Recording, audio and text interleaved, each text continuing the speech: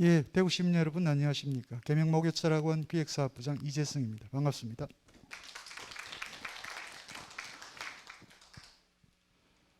비가 조금 일찍 왔었으면 좋았을 텐데, 그죠? 그렇게 큰 재앙을 남기고 이제 옵니다만, 그럼에도 불구하고 농사를 준비하시는 분들한테는 이 비가 얼마나 중요한 비인지 모릅니다. 도시에 사는 사람들은 조금 귀찮게 느껴질지도 모르겠습니다만, 조금 온 김에 흠뻑 그렇게 내려서 겨울 내내 이 갈증이었죠. 지금 다 갈라져 있고 저수지 물이 지금 차야 되는데 다 지금 비어 있습니다. 그래서 이 봄비처럼 여러분들 마음도 조금 너그러워지는 그런 시간이 됐으면 좋겠고요. 오늘은 807회 목요철학 입문 포럼입니다. 스피노자, 자연주의와 감정의 치유라는 주제를 가지고 여러분들 만나게 될 것 같고요. 전에 저희 목요철학원 백성현 원장님의 인사 말씀 듣고 진행하도록 하겠습니다.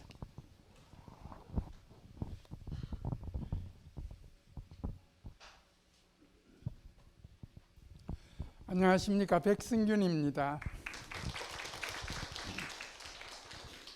이 자리에 설 때마다 늘 감사한 마음 같습니다.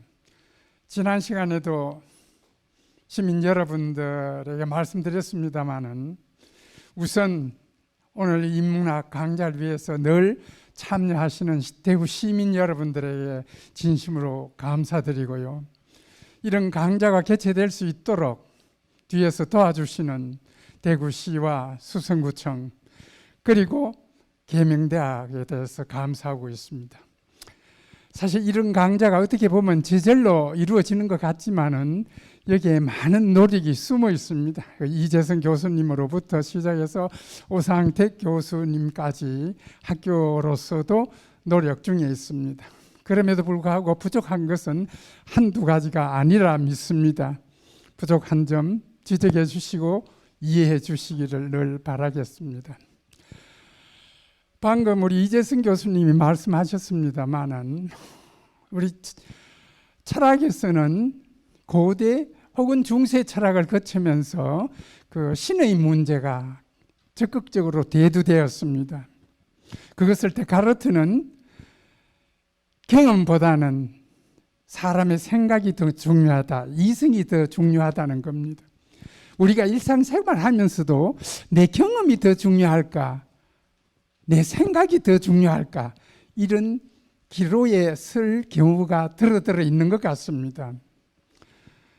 지난번에 이어서 오늘도 생각이 더 중요하다, 이런 입장에 선 사람이 오늘 말씀해 주실 그 스피노자라고 할 수 있습니다.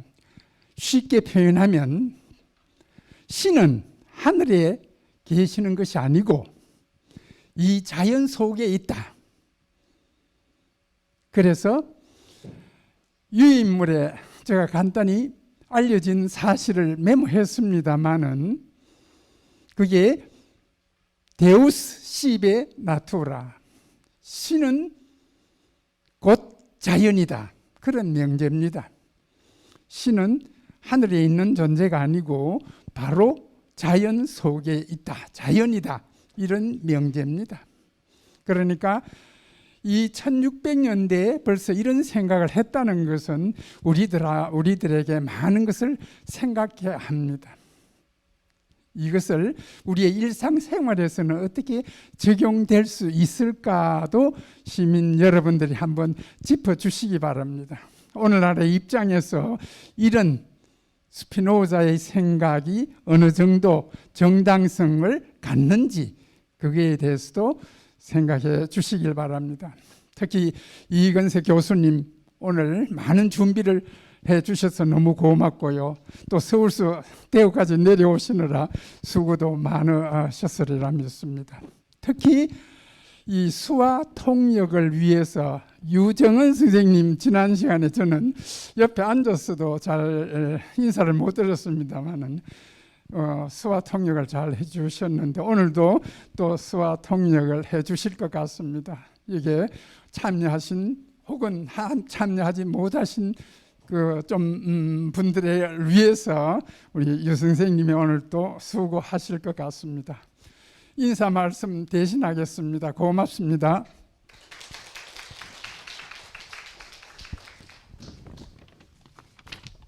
예, 고맙습니다. 오늘 807회 자연주의와 감정의 치유 스피노자를 강연해 주실 이건세 교수님을 여러분들께 간단하게 소개를 드리겠습니다. 서울 경희대학교 철학과를 졸업을 하셔서 벨기에 루뱅 대학으로 유학을 가셨습니다. 루뱅 대학교 철학고등연구소에서 철학 박사 학위를 받으셨습니다. 오늘 강연할 주제인 스피노자와 브롱델이라고 하는 철학 두 사람을 비교해서 박사 학위를 받으셨고요. 상당히 뛰어난 언어 능력을 갖고 계신 것 같습니다. 저도 이건세 교수의 전략이라고 하는 그 번역서를 한번 봤는데 워낙 난해한 원문인데 한국어로 기가 막히게 이렇게 번역을 또 하신 걸 제가 읽을 수 있는 기회도 있었고요. 그래서 아마 벨기에 브뤼셀 통번역대학교에서 강사를 역임하시고 다시 이제 한국으로 귀국하셔서 현재 국민대학교 교양교육대학에서 교수로 재직 중이십니다. 최근 2021년 작년까지 계속 끊임없이 지금 번역서와 공저서 그리고 개인 저서가 막 나오고 있습니다. 2021년에 은행나무 출판부에서 효율성, 문명의 편견이라고 하는 저서를 내셨고요. 2017년에 동출판사에서 철학의 물음들이라고 하는 또 저서를 내셨습니다. 그 외에 번역서가 상당히 많습니다. 대표적으로 제가 한두 가지 말씀을 드리면 오늘 주제인 스피노자의 편지들이 있습니다. 모아놓은 거. 그 스피노자의 서간집을 번역을 하셨습니다. 2018년에 나왔고요. 그 이외에 또 변신론이라고 하는 라이프니츠의 작품, 그리고 제가 조금 전에 말씀드렸던 전략이라고 하는 그런 책들, 그 외에도 많은 책을 번역을 하셨습니다. 오늘 자연주의와 감정의 치유를 가지고 여러분들에게 좋은 얘기를 나눠주실 이건세 교수님을 연단에 모시겠습니다. 여러분 큰 환영의 박수 부탁을 드립니다.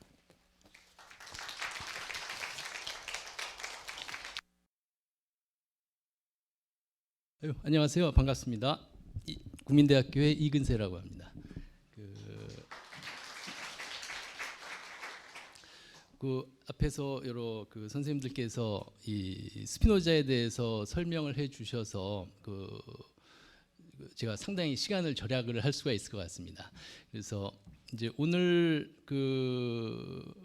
뭐 제가 들은 바로는 지난 시간에는 뭐 데카르트, 베이컨 이런 철학자에 대해서 다른 선생님들께서 강연을 해주셨고, 이제 오늘 제가 스피노자에 대해서 스피노자의 철학을 자연주의와 감정의 문제를 중심으로 설명을 드릴 것입니다. 그리고 이제 뭐 다음 주엔 제가 알기로는 이제 라이프니츠라는 큰 철학자에 대해서 뭐 마침 제 동료 선생님이세요. 저랑 잘 아는 그 선생님이신데 다음 주에 이제 라이프니츠가 이제 전달될 것이고, 이제 오늘은 제가 이제 스피노자라는 철학자에 대해서 좀 설명을 드릴 텐데요. 뭐 요즘에 이제 제가 이 강연을 준비를 하면서 뭐 물론 이 철학적인 철학 텍스트, 뭐 개념들 이런 것들 뭐 어떻게 보면 이제 저희 전공자들이기 때문에 친숙하고 뭐 이렇게 말하면 좀 그렇지만 좀 쉬울 수도 있죠. 그냥 이 철학 개념들만을 제가 막 준비하고 이야기하는 거는. 근데 이번 그 강연에는 그 강연을 준비하면서는 좀 제가 고민을 많이 했습니다. 어떤 고민을 했냐면은 지금 제가 전공하고 있는 철학자의 사상, 철학을 뭐 철학에 대해서 쓰고 이야기를 하고 논문도 발표하고 학생들에게 강의도 하고 있는데 과연 제가 이야기하고 있는 그 철학 내용들이 우리 삶과 정확히 일치하는가? 그러니까 정말 체화된 지식을 이야기를 하고 있는 것인가? 그 고민이 참 많이 들었습니다. 그래서 뭐 개인적으로는 뭐 스피노자라는 철학을 중심에 두고 연구를 하면서 사실 아직도 완전한 결론은 내리지 못한 상태예요. 예. 그래서 뭐 스피노자의 철학이 맞다 틀리다 뭐 이런 이야기를 함부로 감히 그 사람들에게 할 수는 없습니다. 솔직히 제 고백을 한다면은. 그래서 제가 오늘 스피노자의 철학을 설명드리겠지만 제가 어떤 부분을 고민하고 있는지, 그래서 여러분들께서 스피노자의 철학을 이 설명을 들으시면서 어떤 고민거리가 생기신다면, 예? 그렇다면 저로서는 큰 소득이 될 것 같습니다. 예, 그래서 좀 제가 한 시간 가까이 이야기를 드리고, 그 다음에 뭐 고민이 생기신다면 이렇게 좀 질문들 주시고 해서 좀 의미 있는 시간이 되었으면 합니다. 예. 이제 스피노자라는 철학자에 대해서 이제 본격적으로 좀 이야기를 할 텐데요. 이 자연주의와 감정의 치유라는 큰 두 주제로 이야기를 하겠습니다.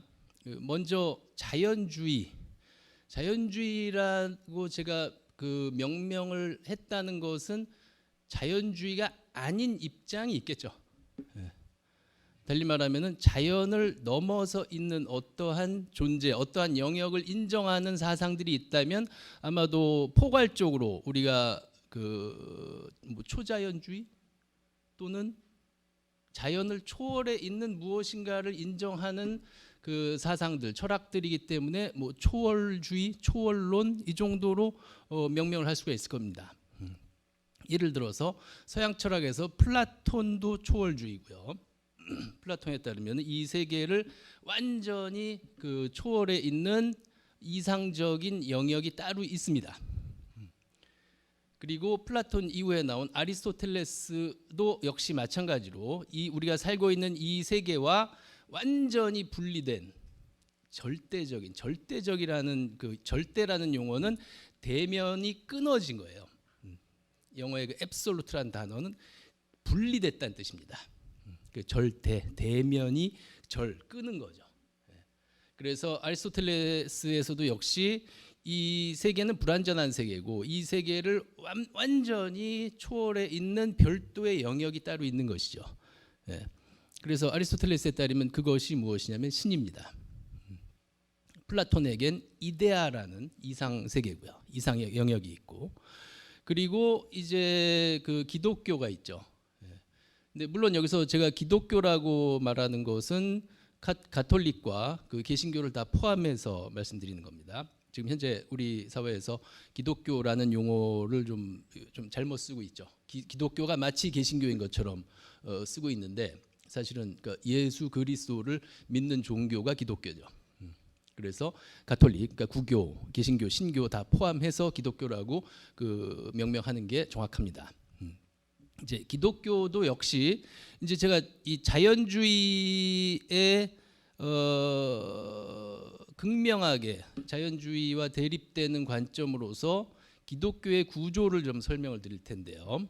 이제 왜 그러냐면 이제 그 점이 스피노자의 자연주의를 이해하는 데 있어서 핵심적입니다. 그래서 일반적으로 기독교 신학에서 그리고 기독교 철학 진영에서는 스피노자를 거부하죠. 서양에서는 이단적인 철학자입니다. 그리고 스피노자는 유대인이었고요. 뭐 유대인, 이 유대교라는 것은 지금 우리가 알고 있는 성서에서 구약 성서만을 성경으로 인정하는 유대인들의 종교죠. 그 다음에 이제 신약이 있는 것이고 오늘날 우리가 그걸 통틀어서 다 성서라고 이야기를 하고요. 그런데 스피노자는 유대인이었습니다.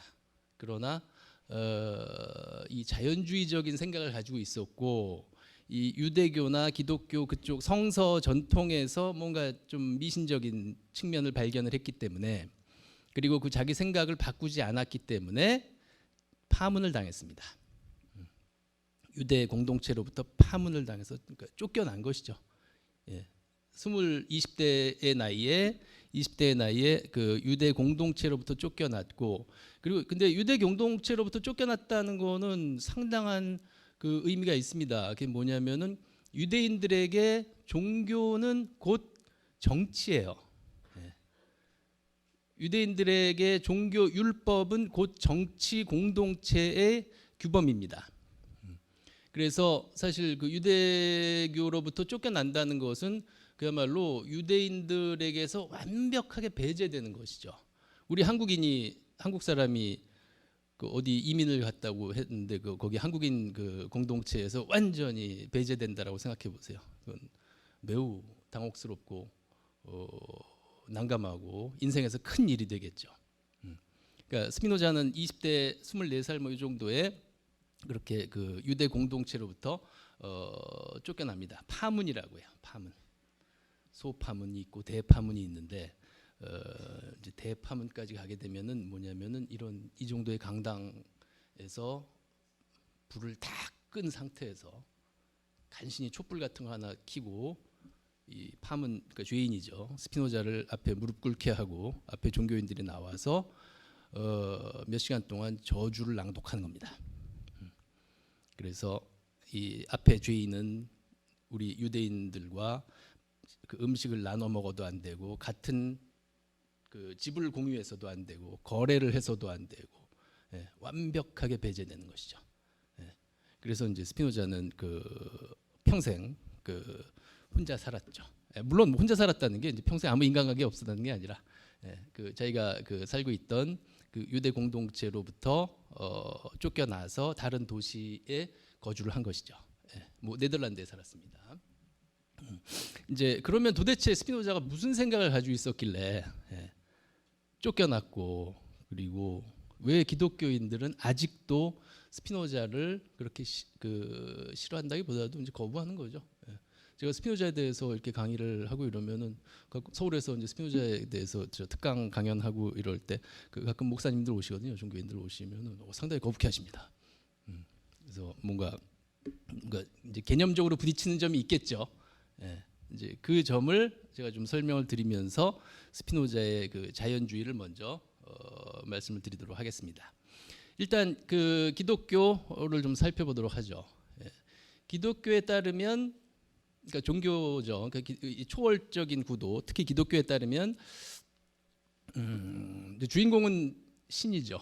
항상 흔히 말하는 하느님, 뭐 구교에선 하느님이라고 하고 개신교에서 하나님이라고 하고 뭐 그거 가지고 논쟁이 있군 한데 여하튼 이 절대적인 어떠한 존재가 있는데 그 절대적인 존재가 일단 우리가 기독교에서 특징적으로 본질적인 것으로 생각해야 할 것은 창조자입니다. 창조자.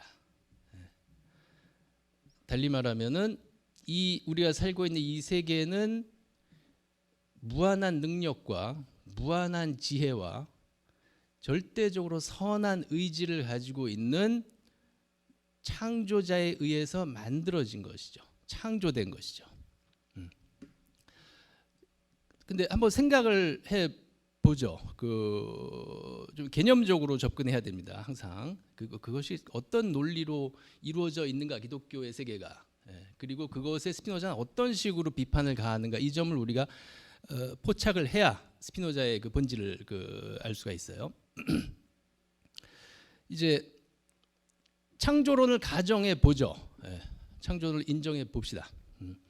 인정하게 되면 일단 신이 존재하겠죠. 그죠? 그리고 신이 먼저 존재하고 세계가 같이 있으면 안 되겠죠. 신이 먼저 존재하고 그 다음에 세계가 있어야 될 거 아니에요. 그래야 신이 창조자죠. 신이 존재하면 일단 신이라는 존재가 어느 시점부터 존재하기 시작하게 되면 영원한 존재가 아니잖아요. 그죠? 근데 이 세계는 어느 시점에서 존재한 겁니다. 창조론에 따르면. 그러니까 신은 영원히 존재했고 그리고 그 영원히 존재하는 신에 의해서 세계가 어느 순간 만들어진 것이죠. 즉 창조라는 사건이 이루어진 겁니다.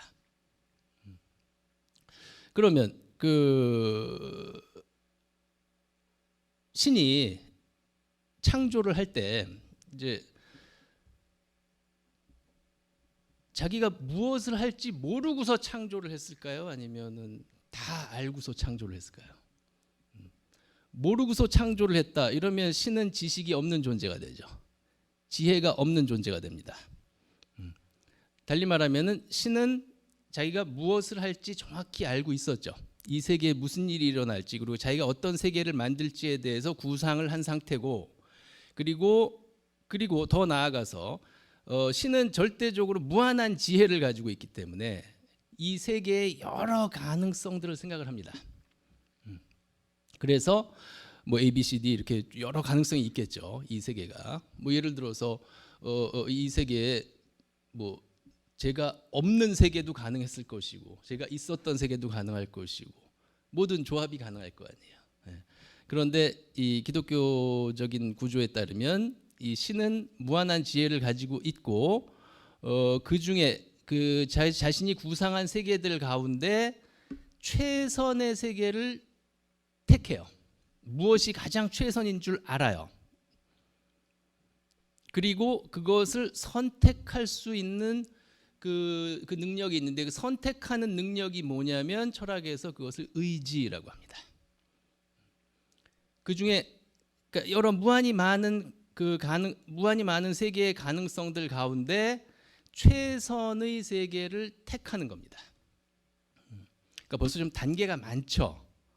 일단 무한한 지혜가 작동을 하고 세계를 구상을 하고 창조하기 전에, 그 다음에 그 중에 최선의 것을 택하고 벌써 가치의 문제가 개입이 됩니다.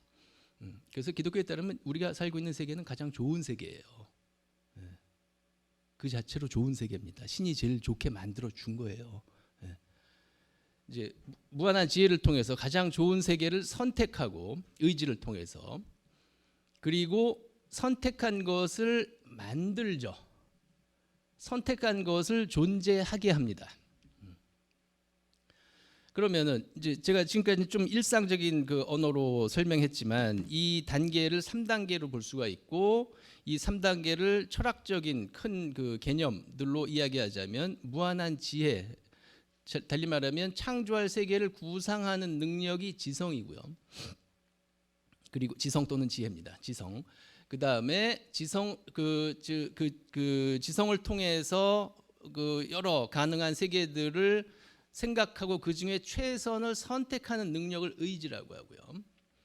지성과 의지는 구분되는 능력입니다. 그래서 그리고 지성을 통해서 구상한 것을 의지를 통해서 선택하고 그 선택한 것을 존재하게 할 능력이 있죠. 이제 창조가 이루어지는 겁니다.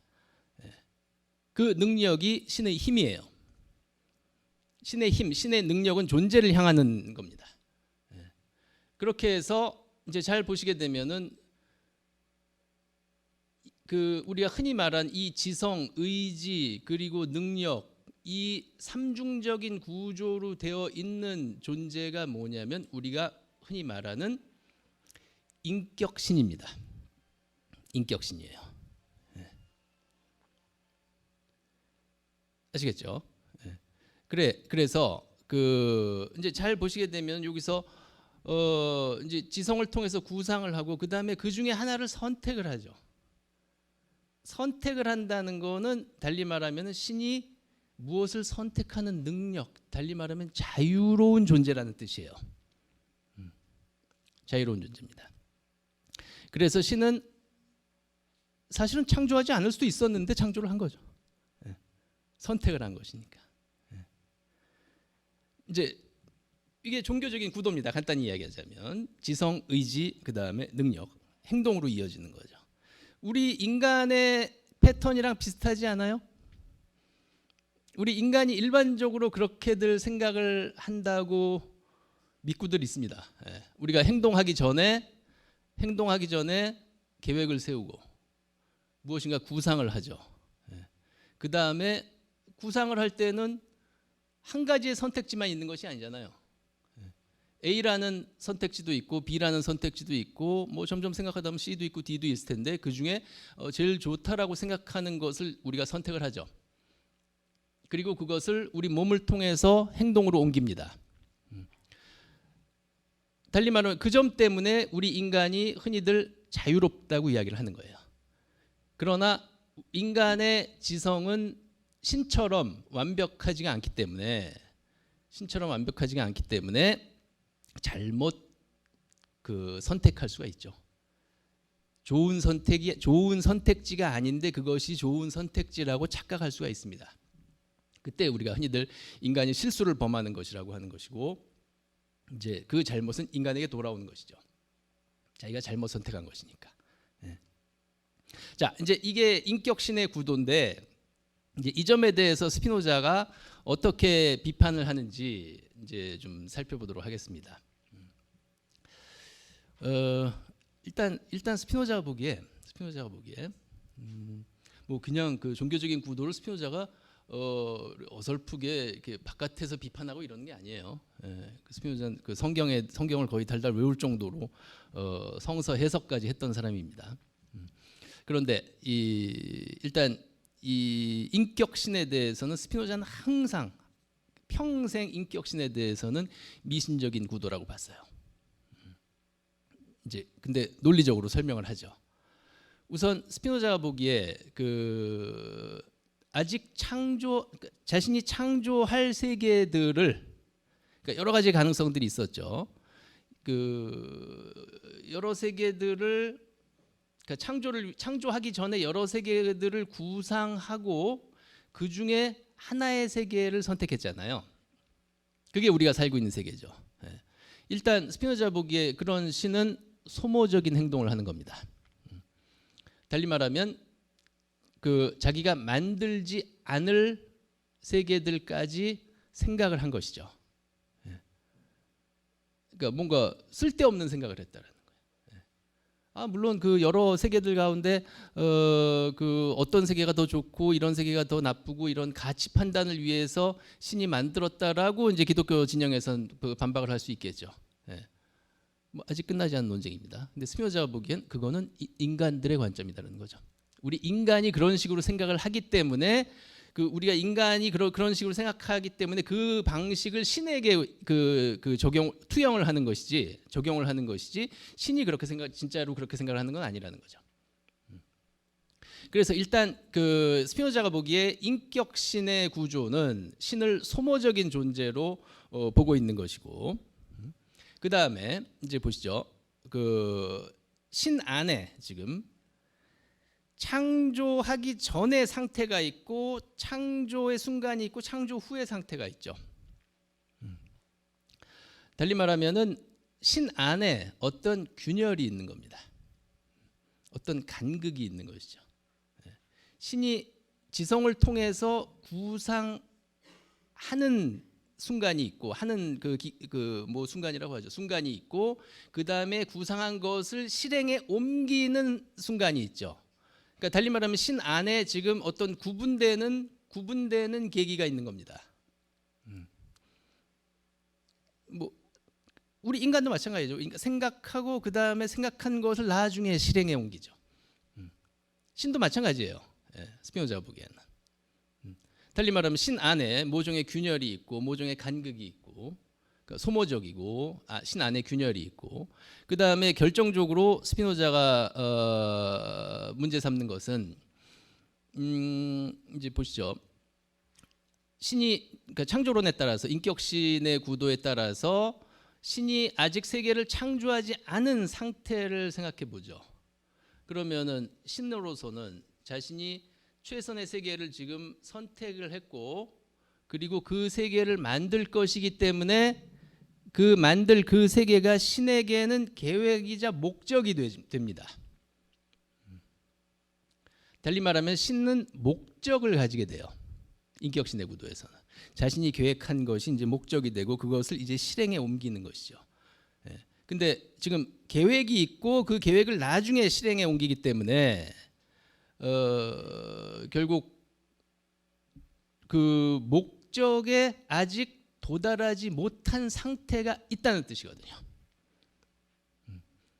아직 목표에 도달하지 못한 상태를 자기 안에 담고 있는 존재는 자신 안에 어떤 결핍, 공백, 결여를 가지고 있는 존재고, 그래서 스피노자에 따르면 이렇게 소모적이고 안에 균열을 가지고 있고, 어떤 결여를 가지고 있고, 아직 목표를 실현하지 않은 상태를 가지고 있는 존재가 절대적으로 완전한 존재라는 신의 개념에 부합할 수 없다라는 거예요. 뭐 물론 신학에서는 논의를 복잡하게 합니다. 그 기독교 진영에서 신의 목적이 있다라는 것은 뭐 그 목적이지만 그 뭔가 부족해서 갖는 목적이 아니라 뭐 이 인간을 창조하고 나서 인간을 다시 신으로 끌어오기 위해서, 다시 데려오기 위해서 신이 갖는 목적, 이제 이걸 동화의 목적이라 그래요.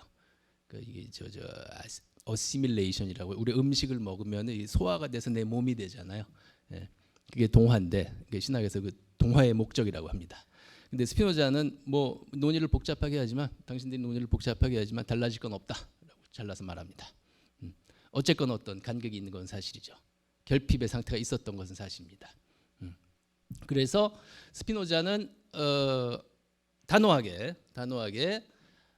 그럼 뭐 스피노자에 따르면은 이 인격신의 구조에서 문제는 뭐였습니까? 항상 이 어떤 단계들이 있다라는 게 문제죠. 궁극적으로. 예. 그래서 뭘 없애야 될까요? 하여튼 그 단계들을 없애야 됩니다. 예. 달리 말하면 지성으로 먼저 구상을 하고 그 다음에 구상된 것이 나중에 실현되는 이러한 구도를 없애야 돼요. 그런 구도를 없애게 되면은 어떻게 될까요? 그러니까 이 지성이라는 정신적 그 관념적으로 또는 정신적으로 구상하고 그것을 나중에 실현하는 것이 아니라 지성과 이 실제 물질적인 세계가 똑같아야 되겠죠. 달리 말하면 어떤 이전과 이후가 없어야 돼요. 그래서 이 세계는 신의 어떤 구상에 의해서 만들어진 것이 아니라 우리가 말할 수 있는 것은 그 간단히 이야기하자면 창조가 없어야 됩니다. 개념적으로. 창조를 인정하면은 우리는 끊임없이 어떤 모종의 신비에 빠질 수밖에 없어요. 이제 스피노자가 그 인격신 구도 그리고 창조론을 비판한 바에 따르면은 지성에 의해서 나중에 만들어진 이러한 그 서양에서 이 아주 유구한 전통, 장구한 전통을 가진 인격신의 개념인데, 그러니까 스피노자는 정확히 그 지점을 공격하는 거죠. 그래서 스피노자에 따르면 이 세계는 어떤 구상에 따라서 이루어지는 것이 아니라 스피노자는 신을 인정합니다. 그러나 스피노자가 말하는 신은 아까 그 원장님께서 말씀 주셨듯이 신은 곧 자연입니다. 그게 무슨 뜻이냐면 이 세계는 신이 만든 것이 아니라 신이 존재하면서 이 세계가 같이 존재하는 것이고, 또는 이 세계가 바로 신입니다. 중요한 것은 이 세계가 달리 말하면 어떤 구상에 따라서 계획되고 그 계획에 따라서 이루어지는 게 아니라는 것이죠. 물론 스피노자는 그러면 스피노자 이제 이 점 때문에 현대의 많은 그 사상가들, 철학자들도 이제 환호하죠. 스피노자 이제 결국엔 서양의 그 보수적인 이 사상가들, 이 종교적인 사상가들을 다 해체해 버리는구나. 유물론자들이 상당히 좋아합니다. 마르크스주의자들이 스피노자를 아주 선구자로 보려고 하죠. 근데 그건 이제 한쪽으로 너무 치우쳐서 보는 거고요. 스피노자가 그 모든 것을 그래서 이 세계는 모든 것이 다 물질로 이루어져 있다라는 관점을 이야기하는 사람이 아니에요. 아직도 그렇게 오독을 하는 사람들이 있는데 잘못 읽고 있는 겁니다.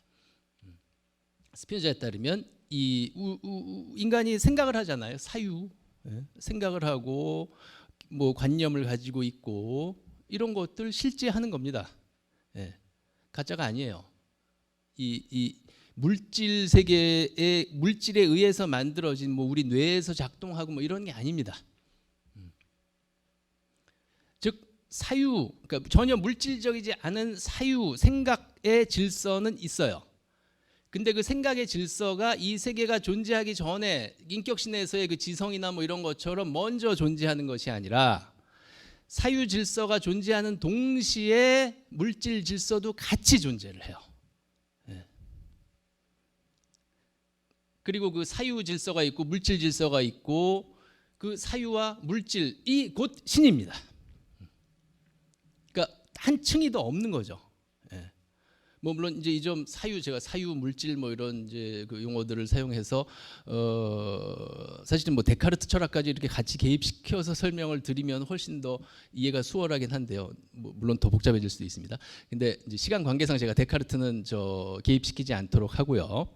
근데 이제 스피노자에서 지금 중요한 것은 이 창조가 없고 예.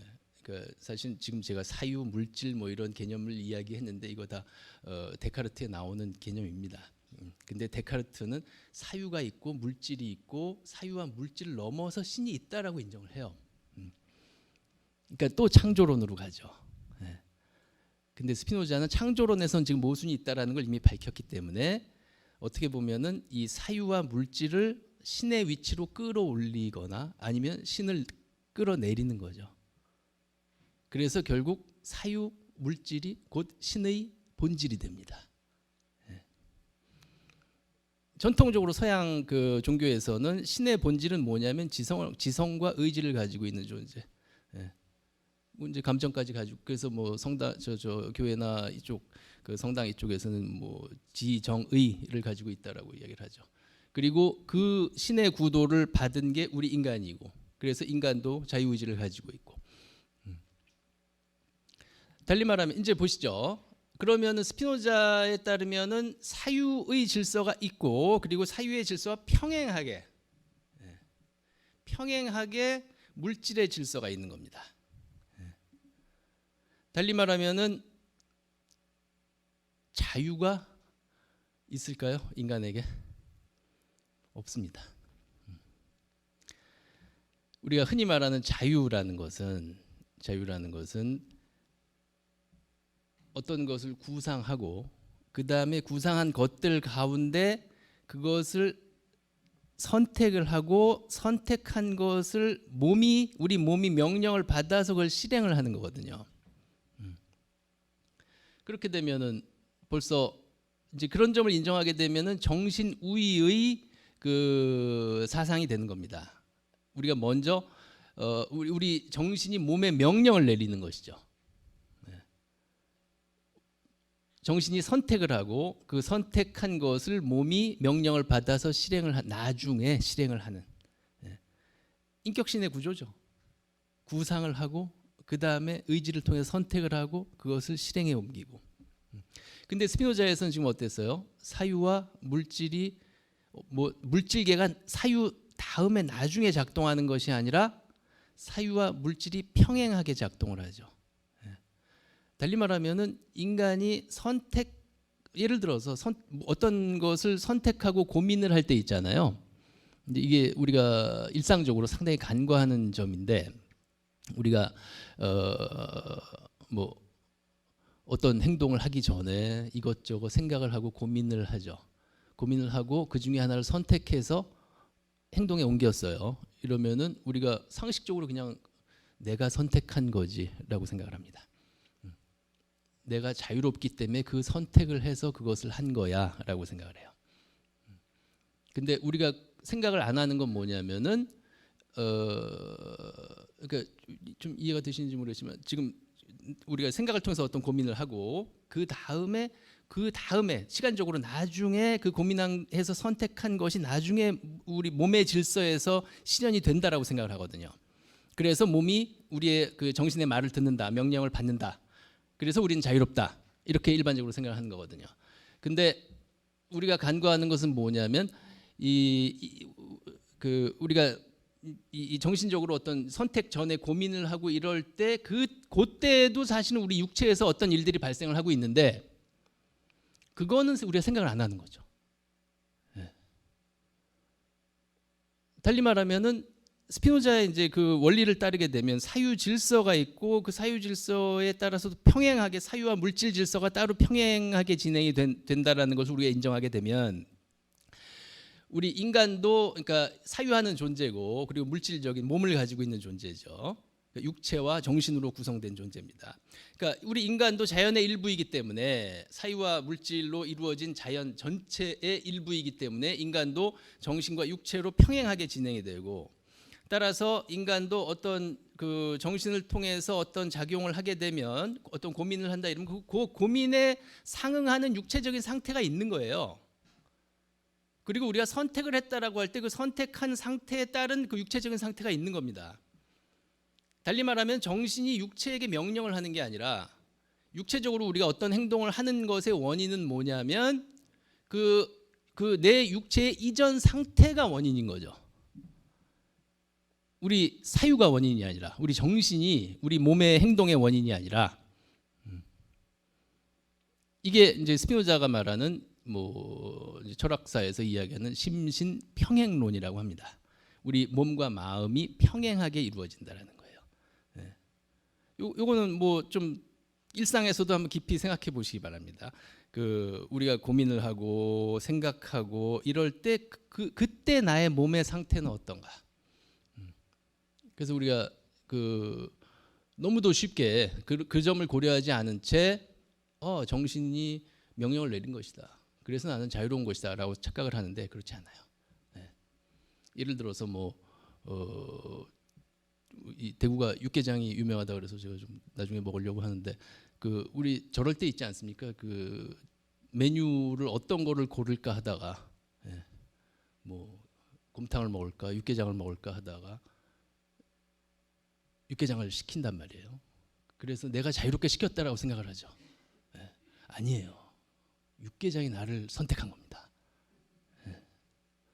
내 몸이 육개장을 필요로 했던 거예요.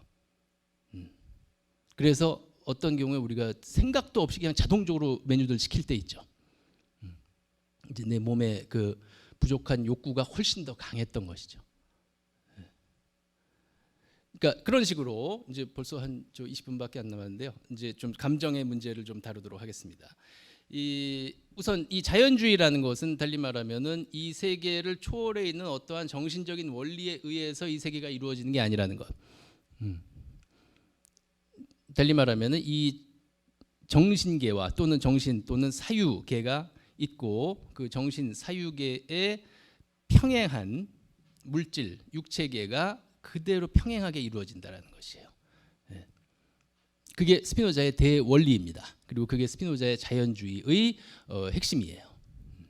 그런데 이제 이게 스피노자가 말하는 이러한 자연주의가 우리가 흔히 말하는 스피노자의 뭐 존재론, 뭐 세계관, 형이상학이라고 일컫는 개념이고요. 이제 이러한 개념을 토대로 스피노자가 이제 인간의 행복의 문제를 다룹니다.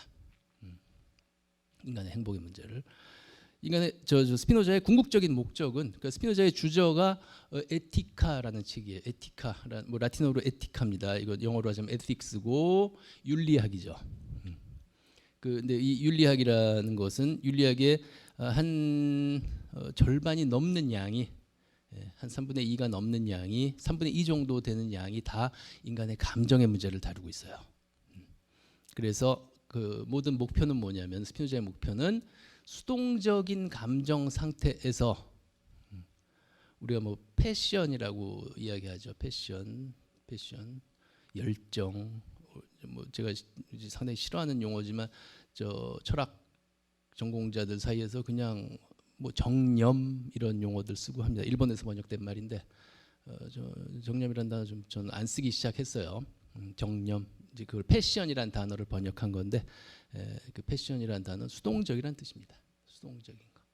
그래서 저는 뭐 보통 수동적 감정 상태 이렇게 풀어서 번역을 해요. 그래서 그 스피노자에 따르면 우리 삶의 목적은 윤리학의 핵심적인 과제는 어떻게 이 수동적인 감정 상태에서 능동적인 감정 상태로 이행할 것인가. 이게 과제예요. 그런데 이제 이 문제를 좀 생각해 보도록 하죠. 이제 이 점에서 이제 제가 많은 고민이 있고 아직도 고민이 있고 뭐 완전히 해결했다라고 자부하지는 못합니다. 그러나 이제 스피노자의 제가 이해하는 스피노자의 그 관점을 좀 간단하게 남은 시간 동안 설명을 하도록 하겠습니다. 이제 수동적인 감정 상태라는 게 뭐냐면 감정이 그냥 우리에게 나타나죠. 한번 잘 생각해 보시기 바랍니다. 저도 저도 지금 감정을 치유하는 그 시기에 있는데 여기 저 연배가 많으신 분들 많이 오신 것 같은데 이제 부모님들 돌아가시거나 이러면은 상처가 크잖아요. 저도 한 2년 가까이 어머니 간병을 하다가 작년 1월달에 어머니께서 이제 돌아가셨어요. 그래서 아직까지 좀 트라우마가 있습니다. 근데 그래서 이제 치유하려고 많이 노력을 하고 오늘 저 대구에 오면서도 이제 그 생각을 많이 했는데 이번 강연 주제랑 연관을 시켜서. 근데 어떻게 보면 되게 차가울 수도 있어요. 제가 지금 말씀드릴 것이 이제 그래서 제가 고민거리라고 제가 말씀드린 겁니다. 근데 이 감정이라는 것은 그냥 시도 때도 없이 나타나죠.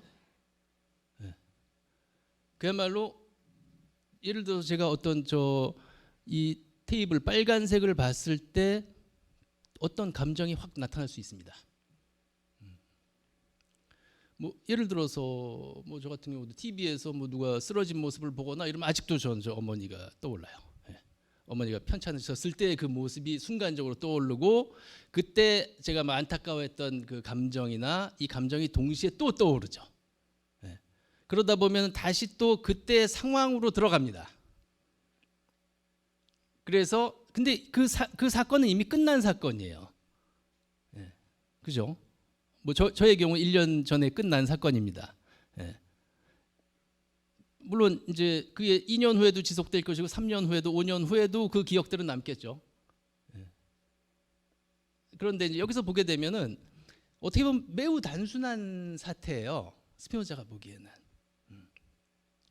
어떤 감정, 예를 들어서 제가 어떤 빨간 저 테이블을 의자를 보고서 제가 어떤 슬픈 감정이 들었단 말이에요. 그것은 뭐냐면은 저 빨간색 또는 빨간 저 의자와 유사한 이미지를 가진 과거에 제 삶에서 그 빨간 저것과 유사한 이미지를 가졌던 것이 저에게 자동적으로 떠오른 것이고, 그리고 그것에 대해 그 떠오른 이미지가 그때 제가 가지고 있던 감정 상태와 함께 떠오르는 것이에요. 그래서 사실 지금 슬픈 사건이 있는 게 아닙니다. 근데 슬프죠. 기억 때문이에요. 또는 연상작용 때문입니다. 그래서 이제 이 점에서 스피노자가 이제 스피노자 아주 차가운 사람이에요. 제가 아주 차가운 사람입니다. 스피노자 편지를 번역하면서 제가 가끔 좀 짜증도 났어요. 이렇게 인간이 차가울 수가 있나. 그래서 냉정하고요. 상대방이 물어본 것만 대답하고 더 이상한 얘기도 안 해요.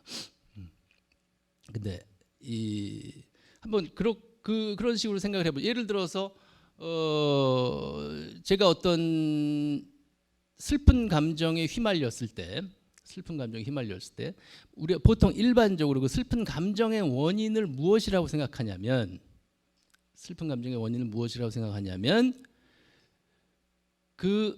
나를 슬프게 한 그 감정과 관련된 사건이라고 생각을 합니다. 예를 들어서 몇 년 전에 학생들한테 제가 많이 이야기하는데 연애를 하다가 배반을 당했다, 차였다. 근데 이미 과거의 사건이 됐는데 슬퍼한단 말이에요, 지금. 그러면 그 슬픔의 원인이 헤어졌다는 그 사건이 슬픔의 원인인 것처럼 생각을 한다고요. 근데 스피노자에 따르면 전혀 아니에요. 그거는 이제 그래서 그 과거의 사건이 원인이라고 생각하게 될 경우 이제 그때 내가 잘못한 그 후회감, 여러 감정들이 이제 막 등장을 하죠. 그 당시 나의 상태. 거기서 이제 특히 인간이 자유롭다고 착각을 하기 때문에 스피노자에게 자유롭지 않습니다. 인간은 아까 제가 설명을 드린 거예요. 자연주의에서 인간의 자유는 없어요. 그래서 그때 내가 잘못 선택했기 때문에 그래서 후회를 하고 후회 같은 감정 되게 폭력적인 감정이죠. 슬픔 중에서도 아주 가장 폭력적인 슬픔입니다. 스피노자에 따르면 우리를 2배 무능력하게 만드는 감정이 후회예요. 그래서 우리가 과거 사건으로 과거로 들어가게 되면 내가 그때 왜 그 일을 했지? 내가 왜 그때 처리를 그렇게 했지? 이런 식으로 생각하면서 마치 원인이 없었던 것처럼 내가 원인이었던 것처럼 오로지 나의 결정에 의해서 그 사건이 일어났던 것처럼 생각을 하고 자책을 하고 그 내면을 좀 먹어 들어가죠. 근데 이제 그런 식으로 계속 그 감정의 연쇄 작용으로 한두 끝도 없이 우리 들어갈 수 있습니다. 심각해져요. 그래서 끊임없이 이제 계속 시도 때도 없이 막 그 저 이미지들이 나에게 떠오르는 것이죠. 그리고 그 이미지들이 끊임없이 슬픈 감정들이랑 연결되고 이렇게 되면은 그 뭐라고 할까요? 그래서 내 내면이 슬픔과 연관된 이미지들로 가득 거의 그 잠식당하게 될 때 벽을 봐도 슬픈 게 생각이 나고 컵을 봐도 슬픈 게 생각이 나고 TV보다 울고 그래서 그 뭘까 무슨 증상일까요? 우울증입니다. 전반적으로 슬픈 감정들이 연쇄가 돼서 내 내면을 잠식해 들어가는 것이죠. 근데 스피노자에 따르면은 그 사건들이 원인이 아니에요. 이미 끝난 사건들인 겁니다.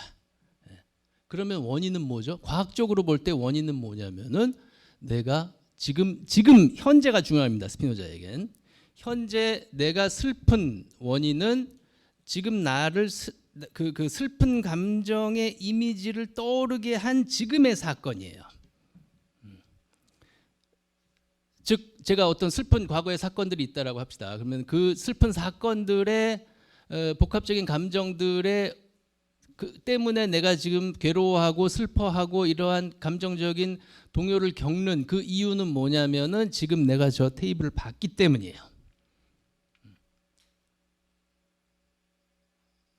이제 스피노자는 그걸 자기만의 용어로 근접 원인이라고 합니다.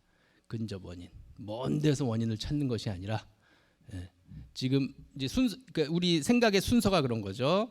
제가 저 빨간 저 의자를 받고 그 다음에 자동적이에요. 우리 인간의 구조가 그렇게 돼 있습니다. 자동적으로 저 빨간색과 유사한 이미지가 나에게 떠오르고 그 이미지와 연결되어 있는 그 당시 나의 감정 상태가 또 떠오르고 그리고 그것과 연관된 사건들이 또 떠오르고 그래서 나는 사실은 지금 내가 차단해야 될 거는 뭐냐면은 저 빨간색을 봄으로써 내가 슬픈 감정으로 들어왔는데 나 지금 지극히 정상이어야죠. 제 내면 상태는 정상인 겁니다. 연상작용이 매우 정상적으로 기능하고 있다라는 거예요. 사실은 저 빨간색 그 의자를 그 내가 봤을 때 어떤 이미지가 들어오죠. 이미지가 들어오고 과거의 슬픈 이미지가 동시적으로 들어올 수 있습니다. 그런데 이제 여기서 좀 요 점을 사실은 파악해야 스피노자를 전문적으로 파악을 하는 건데 어떤 제가 그 이미지가 현재 있죠. 빨간색 이미지가 있고 그 빨간색 이미지와 그 이미지가 나에게 슬픔을 유발한단 말이에요. 근데 사실은 그 똑같은 그 이미지가 슬픔을 유발하는 이미지일 수도 있지만 동시에 기쁨을 유발하는 이미지일 수가 있어요. 기쁨을 유발하는 이미지라는 건 뭐냐면 내가 빨간색을 봄으로 해서 저것과 유사한 이미지가 나에게 떠올랐다는 그 사실, 그것을 내가 이해할 때 갖는 기쁨이에요. 내 내면을 이해하는 거죠. 과거의 사건으로 들어가는 것이 아니라 현재 내 내면에서 무슨 일이 일어나고 있는지 그 순서들을 내가 이해를 하는 겁니다. 한번 실천해 보시기를 저는 적극 추천해 드립니다. 저도 그 이미 그런 지가 오래됐고요. 그 항상 그 우리가 어느 감정 상태에 그 들어갔을 때 침잠되거나 들어갈 때 그때 그냥 계속 그 과거 사건으로 들어가지 마시고 내가 왜 이 생각을 지금 하고 있는 거지라고 그 원인을 찾아야죠. 그런 식으로 하게 되면은 우리 내면에 좀 질서를 잡을 수가 있습니다. 물론 스피노자에 따르면요. 그래서 우리 내면이 이제 과거에 내가 이해할 수 없었던 해소되지 않았던 사건으로 들어가서 계속 내면이 복잡해지고 이제 그 내면이 복잡해지고 이럴 때 그 스피노자가 아주 정밀하게 분석을 하는데요. 이제 가장 심각한 폐단이 뭐냐면은 이제 내면이 복잡해지고 감정적으로 그 끝나지 않거든요. 그거는 계속 이어지는 무한정한 연쇄로 들어가요. 예. 우리가 밤에 잠 안 오는 것도 그것 때문에 그렇죠.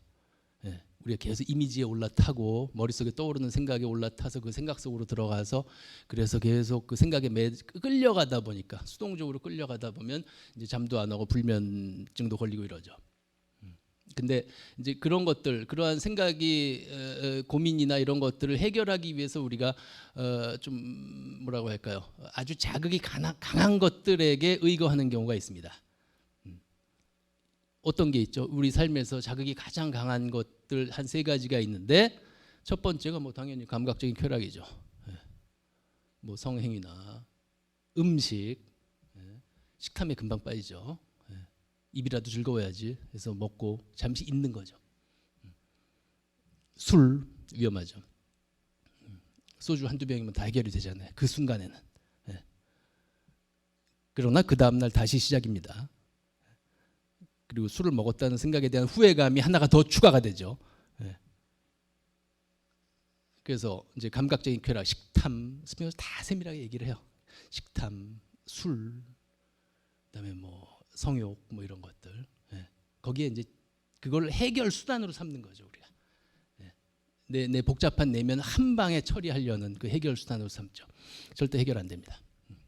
다시 또 더 커져서 수동적인 이미지들이 나타나요. 그 다음에 이제 한 가지가 또 있죠. 그러니까 감각적인 쾌락이라는 그 강렬한 자극을 주는 것들이 있고, 그 다음에 이제 두 번째 돈이죠, 돈, 부귀. 결국 돈이야, 인생은. 이렇게 말하시는 분들 많습니다. 그래서 돈과 연관되지 않는 모든 것들은 의미가 없는 정도로 생각들을 하는 사람들이 있어요. 아주 끔찍한 습관들 가진 사람들도 있습니다. 이 지갑을 막 이렇게 자기 가슴을 이렇게 쓰다듬는 사람도 있고 그래요. 자기 돈에 대해서 확인하면서 막 안심하고 이러는 거죠. 기쁨이 막 증폭되는 겁니다. 근데 역시 거기에 이제 지나치게 매달리거나 이럴 때 결국 거기에 맞는 또 그 감정적인 그 폐해가 나타날 것이고, 그 다음에 가장 스피노자 스스로도 인정했듯이 가장 교정하기 힘들고 가장 고치기 힘든 그 욕구, 감정이 있습니다. 뭘까요? 얼마 전에 우리 대한민국 대선이 끝났죠. 명예욕입니다. 명예욕. 다들 나라를 위해서 한다라고 이야기하지만 근본적으로 명예욕이 아주 강하신 분들이에요. 타인들로부터 인정받으려는 욕구입니다. 명예욕은 야심이죠. 타인들로부터 인정받음으로써 자기 자신이 확보되는 거예요. 근데 명예욕 같은 경우도 상당히 이중적이죠. 예를 들어서 일단 남의 마음에 들려면 어떻게 해야 됩니까? 정치인들 속성들이 그렇죠. 남의 마음에 들려면은 입에 발린 소리 해야 됩니다. 어쩔 수 없어요. 그렇죠. 스피노자의 표현으로 얘기하자면은 빌붙어야 돼요. 아첨 섞인 얘기들을 해야 됩니다. 달리 말하면은 거짓 겸손한 척 해야 되는 것이죠. 근데 인간은 근본적으로 스피노자에 따르면 겸손한 존재가 아니에요. 겸손, 오만 다 가짜 감정입니다. 자기 자신을 제대로 보지 못하는 감정이에요.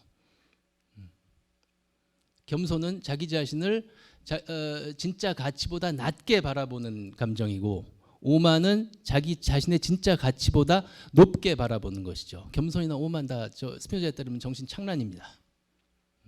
환상이죠.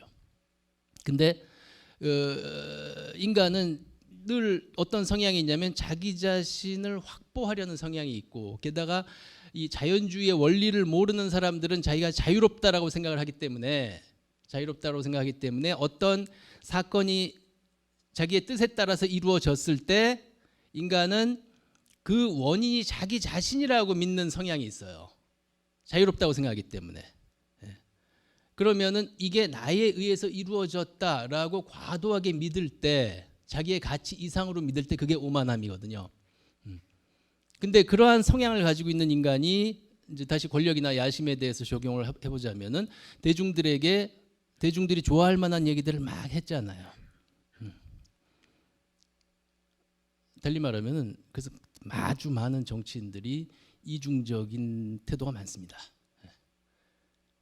대중들에게 잘 보이려는 겸손한 모습을 보이면서 동시에 자기가 원하는 것을 얻을 경우에는 이것이 다 나에 의해서 이루어졌다라고 생각을 하기 때문에 동시에 대중을 무시하죠. 이전에 자기가 겸손한 모습을 보였던 것을 이제 되찾으려고 하거든요. 다 나에 의해서 이루어진 것이야, 이런 식으로. 그리고 이제 나중에 그런 것들이 이 사람들에게 포착이 됐을 때 이제 나중에 뭐 망신을 당하거나 이렇게 되는 것이죠. 그래서 뭐 감각적 쾌락, 부귀욕, 명예욕, 권력욕 이러한 것들에 의거해서 내 삶의 더 근본적인 문제인 감정적인 그 동요나 이러한 문제들을 해결하려고 의거하는 경우가 많은데 그거는 근본적인 해결이 안 된다는 이야기예요. 그래서 뭐 이제 이 정도 결론적으로 한 가지 이야기하고 그 마무리하도록 하겠습니다. 스피노자가 권고하는 것은 좀 우리 내면을 뭐라고 할까요? 우리가 어떤 감정 상태가 생기고 감정이 나를 찾아 엄습하고 그랬을 때 우리 내면을 좀 차가운 눈으로 바라볼 필요가 있다라는 거예요. 스피노자가 추구하는 뭐라고 할까요? 그 격언 추구하는 말이 간단하게 하나가 있다면 성찰하는 삶이에요. 근데 성찰한다는 게 막연히 이 세계란 무엇인가, 인생이란 무엇인가 이런 성찰이 아니라 그거 가짜 성찰입니다. 내 내면에서 일어나고 있는 감정들이 어떤 감정이 A라는 감정이 왜 B라는 감정으로 변했는가, A라는 감정이 애초에 어떻게 나타났는가, 지금 나에게 어떻게 나타났는가, 그것들을 한번 바라보는 거죠. 살짝 아플 수 있습니다. 아픔 그 감정을 직시해야 되기 때문에. 그러나 스피노자에 따르면 그게 감정의 치유예요. 아까 제가 이야기했듯이 하나의 이미지가 우리에게 떠오른 이미지가 슬픔을 유발하는 것으로 보이지만 동시에 사실은 기쁨을 유발해요. 달리 말하면은 슬픔이 이해됐을 때 기쁨으로 전환됩니다. 달리 말하면 우리가 되게 감정에 대해서 되게 신비롭게 생각들 많이 하거든요. 그래서 저는 그 점에 대해서는 스피노자와 전적으로 동감을 하는데요. 이제 거기서 스피노자와 데카르트하고 감정에 대한 관점도 이제 다 갈려요. 데카르트는 자유를 중요시하는 사람이에요. 자유, 의지를 중요시하는 사람인데 저게 됩니까? 이 내면이 혼란한데 이제 혼란하지 말자라고 결심하면 되나요? 그럼 인생이 너무 쉽죠. 그냥 결단에 의해서 내 내면이 정리가 되고 이렇지 않습니다. 아주 점진적으로 시간을 두고 끈기 있게 내 내면의 질서를 조금씩 잡아가고 그리고 슬픈 감정들을 다시 기쁨으로 변형시키고 전환시키고 그렇게 함으로써 내 내면에 그 이해가 된 질서가 제대로 잡힌 이미지들의 영역을 점점 넓혀가는 것이죠. 그래서 이제 사실 스피노자가 최종적으로 이 감정의 치유 작업을 밀어붙여서 어떤 얘기까지 하냐면 결국에 내 내면이 온전히 이해가 된다면 또는 뭐 대부분이 그러니까 이해되지 않은 부분은 거의 무의미할 정도로 내 내면이 이해가 된 상태가 되면 그 이해된 상태가 곧 내가 온전히 이해한 자연이에요. 내 내면, 내 정신, 그리고 내 몸도 자연의 일부이기 때문에. 그리고 스피노자는 아까 신은 곧 자연이라고 했잖아요. 그러면 나는 내 내면을 이해함으로써, 나 자신을 이해함으로써 신을 이해하는 것이죠. 스피노자의 용어로 말하자면 결국에는 그것이 그 신을 이해함으로써 내가 기뻐할 수 있기 때문에 나에게 어떤 기쁨을 주는 대상이 사랑의 대상이거든요. 그래서 스피노자의 결론은 뭐냐면 신에 대한 사랑입니다. 즉 자연, 근데 달리 말하면은 자연을 이해함으로써 내가 향유하는 지적인 사랑이죠.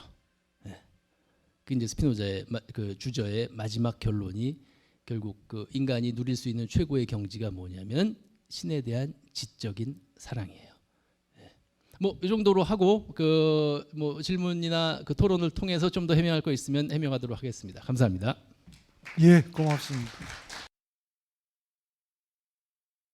철학이라고 하면 마치 이 비판적인 사고나 하고 그 비판적인 사고를 통해서 자기 주장을 상대방을 설득시키는 논점으로 이끌어가는 정도, 이렇게 간편하게 철학을 이야기를 하면서 철학을 마치 어려운 얘기나 하는, 그리고 현실 속에 우리 삶과는 떨어져 있는 어떤 특정한 하나의 과학적 학문인 것처럼 이렇게 얘기하는 철학 교수들이 강단에 꽤 있습니다. 저도 뭐 그중에 한 명일 수 있는데, 그러나 여러분들도 잘 아시겠지만 철학이라고 하는 것은 우리의 이 일상적 현실의 삶하고 결코 떨어져 있지 않는, 늘 일상이 바로 이 철학과 관련되어 있습니다. 서양 고대에서 출발할 때 그렇습니다. 그리고 철학은 기본적으로 종교와 엄격하게 근본적으로 차이를 지으면서 등장하는 학문입니다.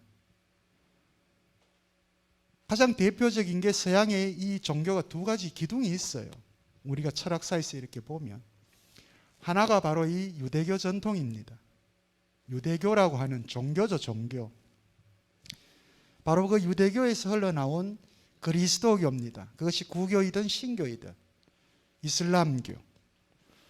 그들은 지금도 여전히 21세기 현재에도 종교로서 남아 있습니다. 그런데 고대 또 다른 종교가 하나 있어요. 바로 철학이 출발했던 그 그리스에서 오르페우스교라고 하는 게 있었습니다. 아주 뭐 신비로운 것, 신비주의 종교 이렇게만 이제 치부되고 사라져버린 것처럼 이렇게 되어 있는데, 그리스 신화 같은 데서 보면 여러분들 아마 만날 수도 있습니다. 그 오르페우스교를 한 종교로 믿었던 공동체가 있었습니다. 그게 우리가 알고 있는 피타고라스 학파라고 하는 한 철학 학파입니다. 소위 말하는 이 세계라고 하는 것이 수로 이루어져 있다. 수로 이루어져 있다. 그 수라고 하는 것은 바로 인간이 가지고 있는 이 이성적 능력을 통해서 사유할 수 있는 것으로 수입니다. 종교에서 이야기하고 있는 저 어떤 초월적인 외부에 있는 절대적인 창조주로서의 신이 아니고 그 세계가 수로 질서 지어져 있다는 것을 가장 적극적으로 받아들였던 철학자가 바로 플라톤입니다. 비록 이원론적 방식으로 이데아를 이야기하긴 했습니다만 플라톤이 수학을 그렇게 중시했던 이유도 있죠. 그죠? 아카데미아를 세우고. 이게 바로 이제 우리가 보통 이야기하는 철학으로 가는 갈래입니다. 그게 오늘 이야기한 이 지점까지 왔어요. 잠시 중간에 한 1000년을 비워둡니다. 서구를 지배했던 게 이제 종교였죠. 그죠? 그리스도교입니다. 그게 우리가 지난 중세 때 봤던 겁니다. 늘 신학자들은 초월적인 어떤 창조주로서의 신존재를 증명하는 일에 굉장히 힘을 썼었죠. 이 철학적인 부분은 그 사이 어디로 좀 사라졌습니다. 그게 르네상스라는 것을 통해서 저 중동 지역에서 이렇게 오게 되죠. 그죠? 서양의 역사에서 잠시 사라졌다가 그 다음 르네상스 이후에 우리가 지금 만나고 있는 데카르트다, 베이컨이다, 이와 같은 사람들. 물론 이런 사람들이 등장하는 그 배경 앞에는 당대의 종교개혁이라든지 기타 문화혁명들이 많이 있었죠. 예, 우리가 다 봤습니다. 코페르니쿠스, 케플러, 갈릴레이, 뉴턴 다 봤죠. 그죠? 바로 이 점수. 수학적 질서를 통해서 세계를 인간의 이성을 통해서 이해하려고 했던 사람들입니다. 이게 철학입니다. 궁극적으로. 그런 의미에서는 바로 이 스피노자도 크게는 그 계열 속에 있는 사람이에요. 이 스피노자도. 그러니까 바로 그 유대교 전통의 서구 문명을, 서양 문명을 지배해왔던 그 종교적인 부분에 대해서 아주 극명한 대립 지점을 세우고 있는 철학자이기도 하고요. 우스갯소리입니다만 스피노자가 죽을 때 우리나라로 하면 44살에 죽었습니다. 매우 일찍이 죽었죠. 그날 저녁에 이제 자기 몸이 매우 위험하다는 걸 느끼고 의사를 불렀습니다. 네덜란드에 살 때인데 암스테르담에 의사를 불렀습니다. 그래 의사가 온다 그러니까 그 하숙집 주인들은 전부 이제 교회를 갔죠. 예배를 미사를 보러 가버리고 아무도 없는데 그 의사와 스피노자만 둘이 남았습니다. 근데 스피노자가 그 의사에게 내 마지막으로 닭 수프를 좀 먹고 싶다 라고 하고 갑자기 죽었어요. 이건 지금까지 전해지는 그의 죽음입니다. 갑자기 죽었습니다. 그런데 그렇게 비난한 삶을 살았던, 하나의 명예욕도 하이델베르크 대학 교수까지 하라고 했는데도 버렸던, 명예욕을 버렸던 사람이고, 돈을 한번 제대로 벌어본 적이 없는 안경을 만드는 사람이었고, 평생 그렇게 생존했던 아무것도 없는 사람인데도 이게 저축해 놓았던 게 별로 있었던가 봐요. 그 의사가 스피노자가 모아놓았던 그 얼마의 돈하고 그걸 다 훔쳐가지고 배를 타고 가버렸다 그러대요. 그게 스피노자의 마지막이라고 우리한테 알려져 있는 이야기입니다만, 오늘 우리 강연자 선생님께서 해주신 부분 중에 저도 가장 이렇게 와닿았던 부분이 바로 그 부분입니다. 인간에게 결국 이 감각적 쾌락이든 혹은 부의든 혹은 그것이 명예욕이든 우리 인간이 가지고 있는 기본적인 욕구들이잖아요. 그런데 이 욕구들을 절제하는 기술이 결국은 성찰하는 삶이었고, 우리 강재 선생님께서 성찰한 삶으로 결론 내리셨는데 사실은 소크라테스가 또 이 얘기를 했던 거잖아요. 그죠? 성찰하지 않는 삶은 살 가치가 없다. 인간이라면. 반성하지 않는 인간은 살 가치가 없다. 라고 이미 그렇게 말을 했던 거죠. 어떻게 보면 스피노자는 그 서양의 철학 전통을 아주 훌륭하게 이어가고 있는 대표적인 철학자 중에 한 사람일 거다라는 생각도 오늘 해봤습니다. 먼저 강도기 선생님 변함없이 우리에게 질문을 주셨습니다. 항상 가장 기본적인 질문 이렇게 주시는데 오늘 두 가지 질문입니다. 물론 강연 중에 얘기는 했습니다만 다시 한번 여러분들에게 반복한다는 의미에서 한번 간단하게 들을 수 있도록 하겠습니다. 첫 번째가 스피노자의 에티카, 우리한테 이제 스피노자의 주저로 이렇게 알려져 있는데 이 에티카에 대해서 아주 개략적인 설명을 부탁드린다고 합니다. 그런데 개략적인 설명이 너무 어려운 큰 주제입니다.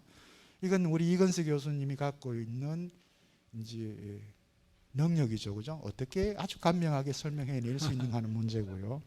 두 번째는 신과 전 우주를 동일시하는 종교적, 철학적 혹은 예술적 사상 체계인 이 스피노자의 사상인 범신론에 대해서 사실 그 자연주의라고 하는 그 개념이 이 범신론하고 직접 또 관련되어 있습니다. 그래서 설명했던 부분이지만 이걸 범신론이라는 개념과 관련해서 간략하게 비교해서 또 설명해 주실 필요가 있을 것 같아요. 그래서 두 개를 묶어서 먼저 말씀을 드리고 여러분들 질문을 받도록 하겠습니다. 부탁드립니다. 네. 이 뭐 질문이 좀 답변 드리려면 사실은 한 학기가 필요한 그 질문이죠. 근데 그 사실은 뭐 에티카에 있는 내용을 사실은 제가 압축해서 자연주의와 감정의 문제로 설명을 드렸던 겁니다. 근데 이 에티카라는 책이 그 전체 5부로 구성이 되어 있어요. 그래서 첫 번째 1부는 신에 대하여라는 주제고요. 근데 그 신에 대하여라는 주제에 대해서 나온 이야기가 뭐냐면 신은 자연이에요. 제가 그 설명드린 자연주의의 원리가 나와 있습니다. 이런 초월적인 인격신이나 이런 것이 아니라. 그리고 이제 2부에서 다루는 것은 인간의 정신을 다룹니다. 인간의 정신은 어떻게 구성되어 있는가? 아까 제가 뭐 사유의 질서가 있고 물질의 질서가 있다라고 했었죠. 그런 것처럼 2부에서 이제 인간이란 무엇인가가 정의가 돼요. 그래서 인간은 사유의 한 부분이고 동시에 물질의 한 부분이에요. 그래서 인간은 육체와 관념으로 이루어진 존재입니다. 또는 육체와 정신으로 이루어진 존재죠. 이제 그러한 논의를 바탕으로 3부에서는 인간의 감정에 대해서 다룹니다. 인간의 감정이 어떻게 정확한 원인을 가지는가. 그리고 인간의 감정의 원인을 모르고서 마치 인간의 감정이 제가 아까 설명드렸듯이 인간의 자유에 의해서 이루어지는 것처럼 착각할 경우 나타나는 갖가지 폐해들을 상세하게 다루죠. 그리고 이제 4부에서 다루는 게 뭐냐면 인간의 예속 상태에 대해서 다뤄요. 인간이 얼마나 처참하게 망가질 수 있는가 감정적으로. 그래서 얼마나 수동적이 될 수 있는가, 노예 상태에 이르기까지 빠질 수 있는가. 이 문제를 다루고 동시에 거기서 빠져나올 수 있는 단초도 제공을 하죠. 그리고 이제 마지막으로 그 5부에서 인간의 진정한 자유, 우리가 흔히 말하는 자유의지가 아니라 여기서 진정한 자유는 제가 길게 설명드린 자기의 감정을 온전하게 이해하는 거예요. 그 스피노자의 윤리학, 에티카, 스피노자의 윤리는 뭐 이렇게 저렇게 행동하고 이런 윤리라기보다도 자기 자신과 이 세계를 이해하는 윤리예요. 그게 어쩌면 스피노자의 한계일 수도 있습니다. 뭘 적극적으로 행하고 뭐 이런다기보다도 우선 중요한 것은 이해하는 거예요. 어떤 사태가 발생해도 스피노자가 말했던 게 뭐냐면 놀라지 마라, 감탄하지 마라, 우선 이해하라 라는 것이죠. 그게 이제 첫 번째 질문에 대한 답이 될 수가 있을 것 같고요. 그리고 이제 두 번째 질문 뭐 같이 연결된 건데요. 그 이제 범신론이라고 불리는 게 무슨 뜻이냐면은 범신론이라는 게 사실은 판이 전부란 뜻이에요. 그리스어로. 그다음에 theism 하면 theos 이러면 신이란 뜻이고, 그러니까 모든 게 다 신이란 뜻이거든요. 그러니까 사실은 뭐 신 곧 자연이다라는 거를 우리가 그 일컬어서 범신론이라고 이야기를 하는 것이죠. 그러나 뭐 스피노자는 이 단어를 사용한 적은 없습니다. 후대 사람들이 이렇게 사용한 것이고요. 사실은 더 정확히는 그 판테이즘이 아니라 언테이즘이 더 맞아요. 언테이즘, 모든 것이 뭐뭐 안에, 테이즘, 신 안에 있는, 모든 것이 신 안에 있는 거, 바깥이 없습니다. 스피노자에게는 탈출구가 없어요. 도망갈 곳이 없습니다. 이제 어쩌면 그게 초월적인 관점들, 뭐 기독교나 뭐 종교나 이러한 관점에서는 그게 어쩌면 상당히 위안을 줄 수 있을 거예요. 이 세계에만 갇혀 있는 것이 아니라 뭔가 어떤 탈출구를 상정할 때 우리 삶이 어쩌면 더 독창적이 될 수도 있고 좀 더 새로운 것을 할 수도 있고 이렇게 생각할 수도 있을 텐데, 네, 스피노자 보기엔 그 가치보다는 환상에 빠지지 않는 가치가 더 큰 것이죠. 여하튼 모든 것은 세계 안에 그리고 모든 것은 세계 즉 신 안에 있다라는 관점, 그게 범신론입니다. 예, 댁에 계시는 강덕희 선생님 잘 이해하셨으리라 생각을 하고요. 지금부터 플로에 계시는 여러분들 질문을 받고 답변을 드릴 수 있도록 하겠습니다. 자, 질문 있으신 분, 예, 손 들어 주시고요. 예, 선생님. 조금 전에 그 교수님께서 강의하실 때 말씀도 차분하게 하시고 해서 참 알아듣기 좋고 감사합니다. 그래서 제가 질문하고 싶은 것은 스피노자 이 철학자께서 여러 가지 말씀하셨지만은 제일 보통 사람들이 알고 있는 내일의 지구의 종말이 오더라도 나는 사과나무를 심겠다, 이런 말씀이 있었습니다. 그런데 이 말을 할 때 그때 배경이라든가 또 파문 당에서 했다든가 파문이라든가 또 배경을 알고 싶고요. 또 그러면은 우리가 쉽게 할 때는 뭐 지구의 종말이 오더라도 난 끝까지 일하겠다, 이런 걸로 저는 알고 있습니다만은 여기에 큰 뜻이 있을 것 같습니다. 그래서 그걸 한번 질문하고 싶습니다. 고맙습니다. 아, 이 얘기는 뭐 어딜 가도 나오네요, 그죠? 오늘 이제 이건세 교수님께서 이 사과나무의 사례가 얼마나 왜곡된가를 확인시켜 드릴 겁니다. 예, 답변 주십시오. 네, 스피노자는 내일 지구가 망해도 사과나무를 심겠다라는 말을 한 적이 없다는 것이 정설입니다. 사실 일본에서 들어온 얘기로 많이 알려져 있죠. 근데 이제 뭐 그러니까 그에 따라서 배경은 없죠. 이제 스피노자에 대한 문헌은 여러 가지가 있는데 뭐 스피노자의 철학책들 말고 이제 제가 스피노자가 쓴 모든 편지와 주고받은 모든 편지를 이제 제가 번역을 했는데요. 이제 그런 말은 나오지 않습니다. 근데 이제 이런 말을 통해서 유추할 수 있는 게 굳이 있다면 스피노자의 세계는 지금 자유가 없는 세계예요.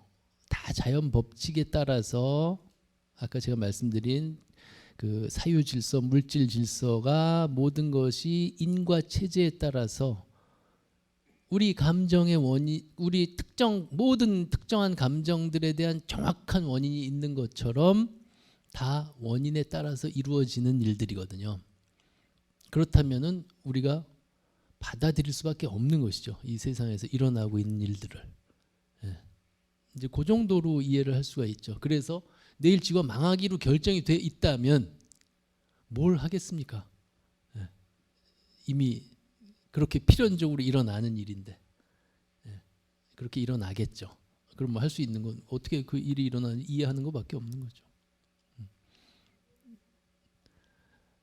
예, 더 이어서 질문하실 수 있겠습니까? 방금 말씀하신 그게 이해가 되나라고 말씀하셨다. 아,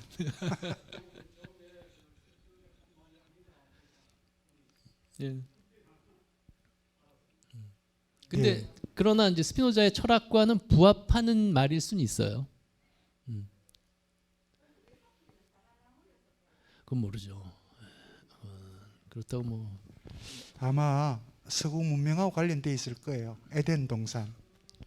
뉴턴이 사과 떨어지는 거 보고 만류 인력 찾아낸 것도 아닌 거 아시죠, 이제, 그죠? 예, 다 우리한테는 마치 그 진리인 것처럼 이렇게 늘 사과나무와 관련돼서 이제 얘기가 되고 있긴 한데, 사실 이 스피노자의 사상을 보면 고대 스토아 철학하고 매우 유사하다는 걸 가질 수 있죠. 이 우리가 영어로 theory라고 하는 이론이라고 하는 것이, 사실은 이론이라고 하는 것은 세계를 어떻게 이해할 것인가 하는 문제와 관련되어 있잖아요. 테오리아, 그리스의 테오리아. 이 테오리아가 테이온, 말 그대로 신적인 거예요. 신적인 것. 그 신적인 것은 그때 그리스 시대 때는 자연 질서입니다. 이런 모든 것들이 인과 법칙에 따라, 자연 법칙에 따라서 조화롭게 이루어져 있는 이 자연 질서, 우주 질서죠. 그것을 오라오 하는 거예요. 테오리아는 오라오, 바라보는 겁니다. 아리스토텔레스는 그래서 그걸 관조라 그랬잖아요.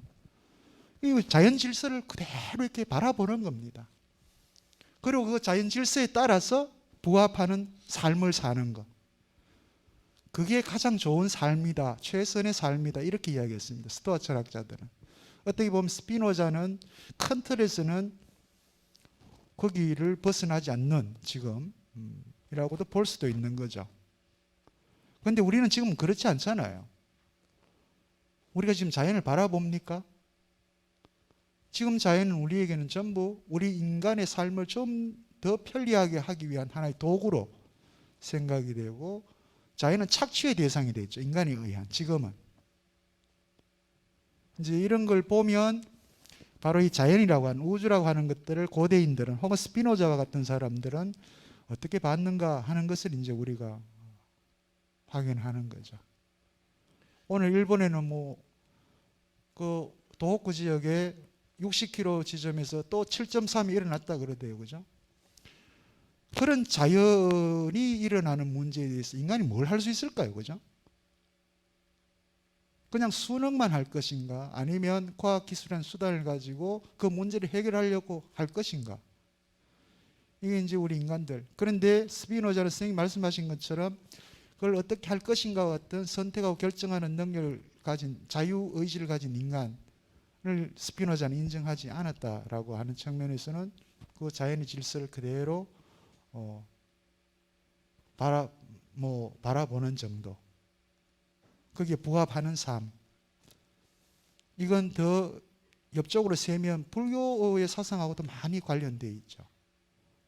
이런 관조, 명상, 성찰이라고 하는 이런 표현들, 좀 더 우리들이 생각의 폭들을 넓혀가면 이제 그렇게 연결이 될 수도 있을 것 같습니다. 또 다른 질문 있으면 질문을 받겠습니다. 스피노자가 받은 파문이 21세기에 와서도 여러 번 거론된 적이 있거든요. 그러면은 이스라엘이 흩어졌다가 팔레스타인으로 가가지고 다시 나라를 세운 게 1958년인데 그 이스라엘의 초대 수상이 한 말이 과거 300년 동안 최초의 시온주의자였다 라고 할 정도로 오늘 우리 교수님 강의를 통해서 재미있게 들었듯이 이 엄한 파문을 좀 취소하는 방법이 없는가 하는 얘기를 들을 때 참 과거의 지난 역사가 다시 살아서 이스라엘이 앞으로 현재나 미래에 차지할 우리 세계사적인 면에 봤을 때도 상당히 흥미있는 질문이다 싶어요. 그에 대해서 교수님의 의견은 어떠신지 말씀 좀 해주시죠. 아니요, 사실 이 연결점은 저도 잘은 모르는 분야이기 때문에 이제 현대 이스라엘의 역사와 파문의 관계, 이것은 그거는 이제 말씀드릴 수 있는 제 능력은 없고요. 근데 이제 한 가지 제가 이번 강연에서는 사실 언급조차 안 했고 딱 한마디 한 적이 있는데, 스피노자가 성서 해석이나 이쪽을 정확히 했던 사람이라는 것, 그리고 이 정치 철학에 대한 확고한 관점이 있었던 사람이에요. 그래서 이 에티카라는 책 말고 이 다른 주저가 있습니다. 반드시 읽어야 하는 신학 정치론이라는 책이 있는데 거기서 아주 세밀하게 성서 해석을 해요. 게다가 스피노자는 유대인이었기 때문에 유대어를 완벽하게 알고, 자기 언어였죠. 그래서 사실은 유대어를 모르면 성서가 이해가 안 된다라고 말할 정도로 성서에 대해서는 정확히 꿰고 있었던 사람인데, 근데 스피노자의 파문에 대해서 유대인이 아닌 사람들이 보기에는 좀 가혹해 보이죠. 그렇죠?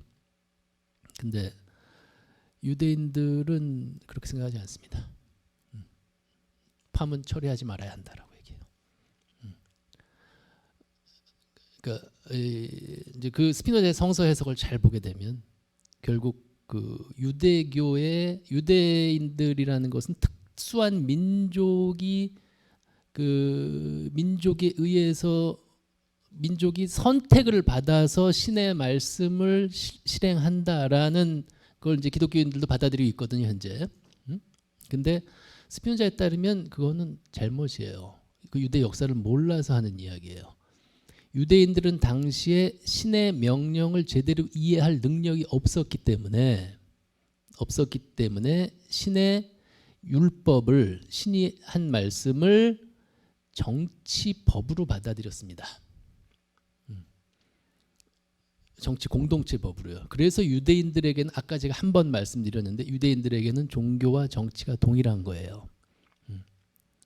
근데 그 유대인들의 그 유대인이라는 특수한 민족이 신으로부터 선택받았다라는 그 관점을 스피노자가 파괴를 하고 유대인들이 가지고 있었던 그 율법 내용, 핵심적인 내용 또는 보편적인 그 내용을 보편화하는 게 스피노자의 관점이에요.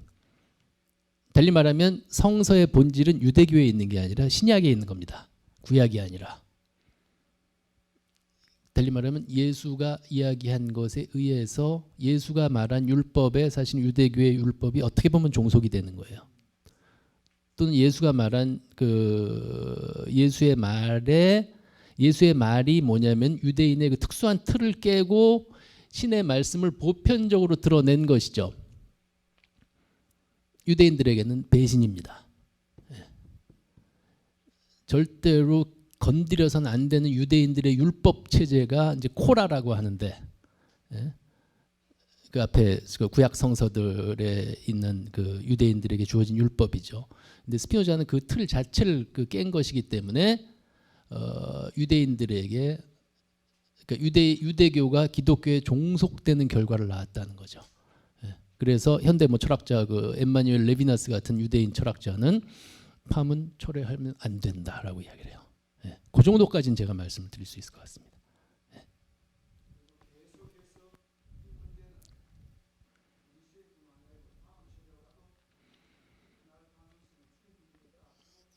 뭐 그럴 수 있겠죠. 그럴 수 있겠죠. 안타깝지만. 예. 뭐 유대교라고 하는 이 일신적 종교가 존속하는 한 여기는 어쨌든 야훼의 말씀에 따라서 이루어진 역사이기 때문에 그 율법 그러니까 구약 성서에 있는 그 내용 어떤 것도 반론을 제기는 할 수 없죠. 의심의 대상이 될 수는 없는 거죠. 스피노자는 거기에 대해서 의심을 했기 때문에 기본적으로 파문당할 수밖에 없는 거예요. 그리스도교도 그런 부분에서는 성경 신약이다. 하나님의 말씀이잖아요. 그리고 대부분의 분들은 그 성경을 하나님의 말씀으로 생각하고 거기에 따라서 사시는 거고. 그러니까 이 믿음하고 저희들 철학에서 이야기하고 있는 확신의 문제는 조금 다른 차이인 것 같아요. 그 파문은 아마 유대교 차원에서는 아마 이후에도 불가할 겁니다. 혹시 또 다른 질문 있으면 질문해 주시기 바랍니다.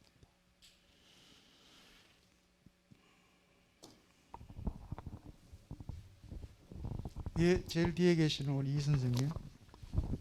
예, 만천동에서 온 이병욱이라고 합니다. 교수님 말씀 감사하게 잘 들었습니다.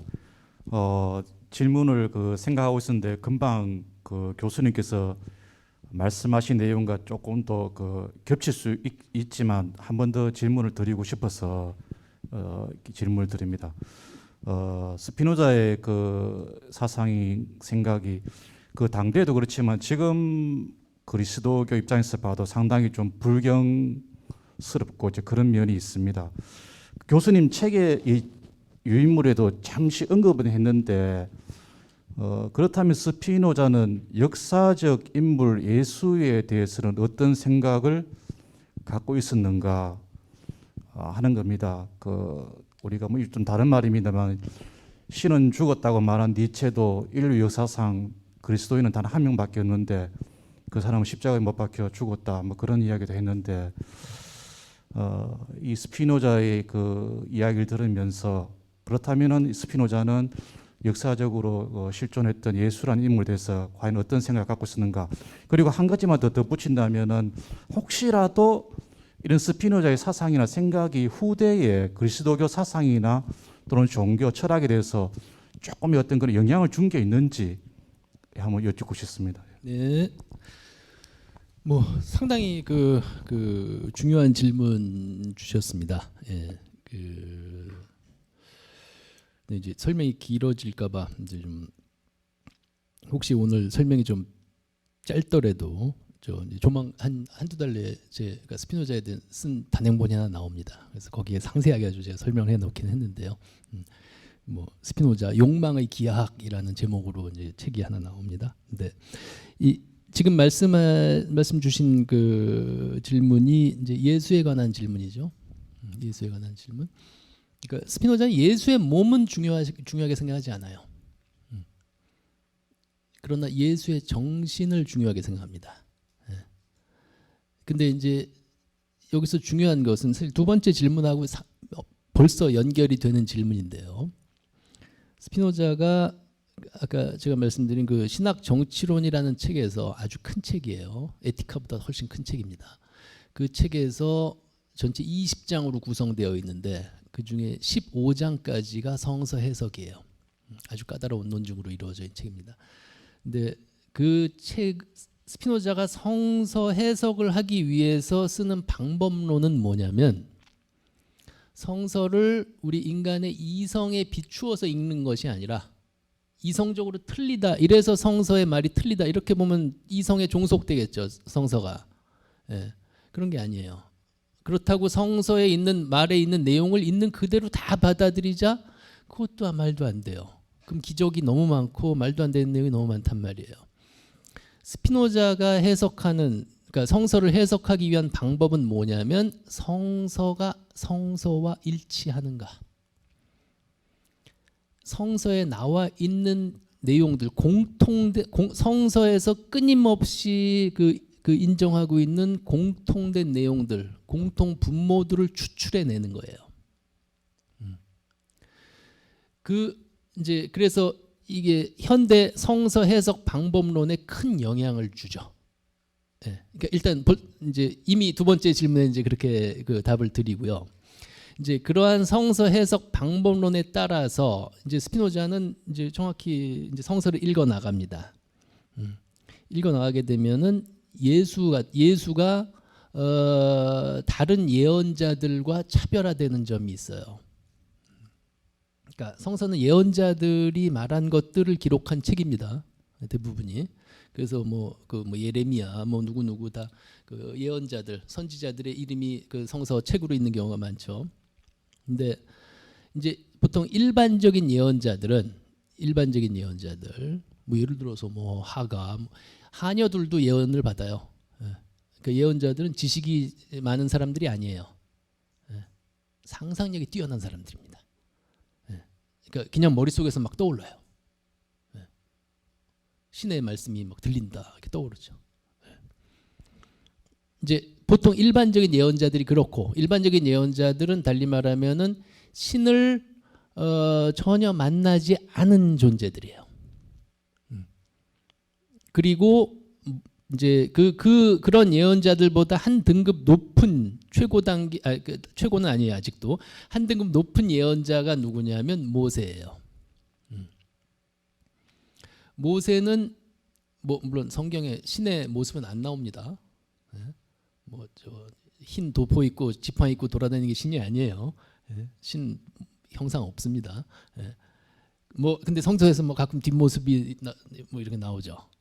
모세가 뒷모습을 봤다. 시나이 산에서 근데 하여튼 모세는 늘 올라가죠 산으로. 예수를 신과 이야기하러 올라간단 말이에요. 근데 그게 환상이든 아니든 그 얘기를 하는 게 아니라 스피노자 때는 지금 성서의 이야기를 존중해서 말하는 거예요. 근데 모세는 신하고 맞대면 했던 존재로 나와요. 성서에서. 그러니까 일반적인 예언자들은 자기가 받은 예언 내용에 해당하는 실제 사건이 없었던 예언자들이고 모세는 실제 신으로부터 말을 들은 거죠. 그거보다 더 높은 단계가 예수예요. 예수는 어떤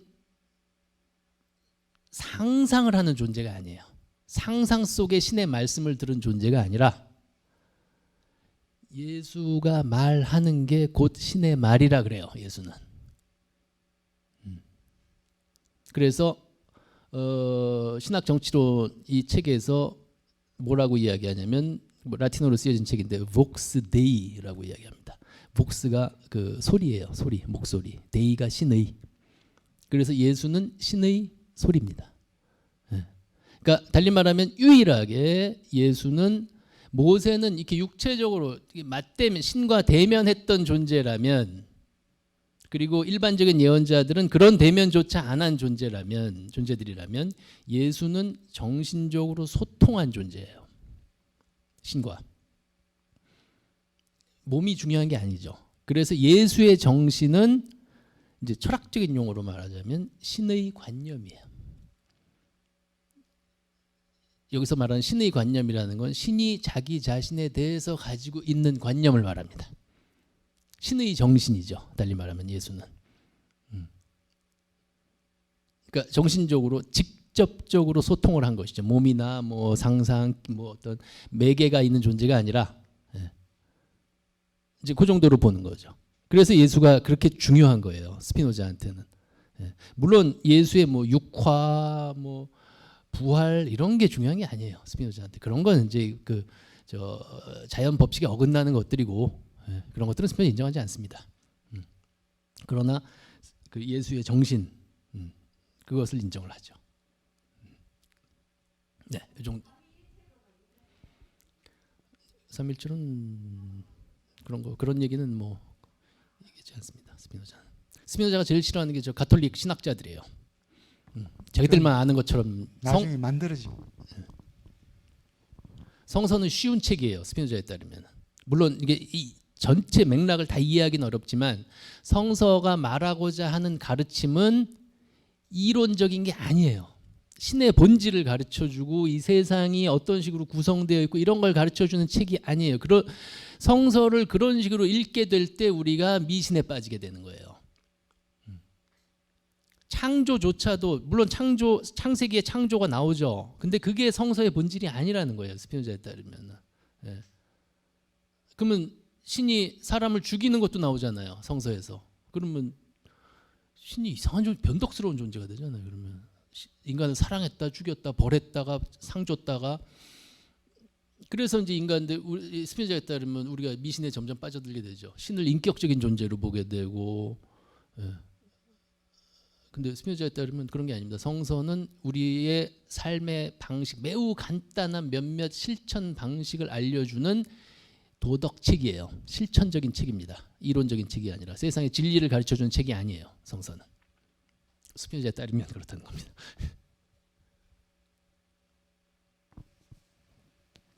충분히 이해됐습니까, 이병 선생님? 예, 좋습니다. 예, 또 다른 질문 있으면 해주십시오. 시간은 뭐 거의 다 됐습니다만.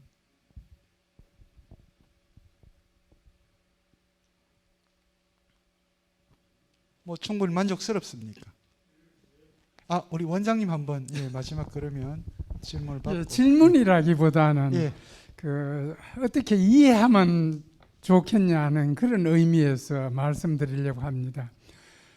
주신 유인물 마지막 편에 보면은 영원은 순간에서 존재론적으로 체험하는 것 이렇게 말씀하셨습니다. 그 말이 무슨 말인지 좀 쉽게 전해주시면 좋겠습니다. 영원은 시간이죠, 시간. 예. 네.